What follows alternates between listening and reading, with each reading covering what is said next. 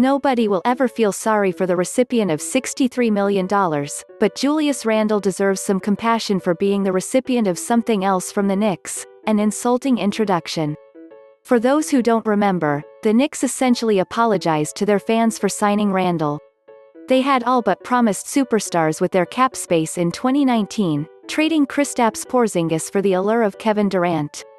But the huge splash assured by James Dolan became a small spatter, leaving the Knicks with Randle and a statement issued by team president Steve Mills. While we understand that some Knicks fans could be disappointed with tonight's news. Ellipsis quote. That's how the statement began and the rest doesn't matter. The Knicks had just signed Randle, who salary-wise represented their biggest free agent since Carmelo Anthony, and were telling fans that their dissatisfaction is understandable. Welcome to New York, Julius. Julius Randle is leading the way for a Knicks team on a 2-game winning streak. Adam Hunger AP Randle's first season didn't help the perception, either. He was inefficient and sloppy, the symbol of a lost season and wayward direction.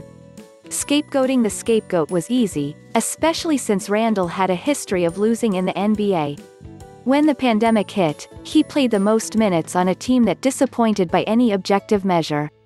A new regime took over, and last month it used the 8th overall pick to draft Randle's potential replacement at power forward, Obi Toppin. It underscored that Randle's time with the Knicks was finished, that his presence was an impediment to progress. Behind the scenes, though, Randle was working. Which brings us to today. I did drop weight. I ran pretty much every day during the offseason. Like I said, that was just a challenge for me to get in extreme condition or whatever it is, Randle said. That's just what I challenge myself to do every day. Yeah, I dropped a little bit of weight, but the biggest thing was just pushing myself just to run every day and just challenging myself in that way. Tom Thibodeau appreciates nothing more than hard work. He noticed it immediately in Randle when the Knicks convened for voluntary bubble training camp in September. It prompted the coach to gush over his power forward's approach and leadership.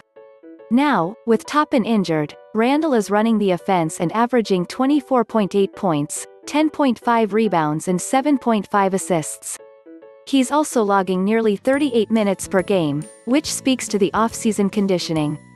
The turnovers are still an issue, 5 per game, and the sample size is small, but Randle's putting up all-star numbers through 4 games. Regardless of what Durant's doing in Brooklyn, the Knicks don't have to apologize for Randle if he's playing like this. Well, I think the first part is he came into camp in great shape, Thibodeau said. I knew that this summer when he came in and he spent time in the bubble being there and I saw what type of shape he was in.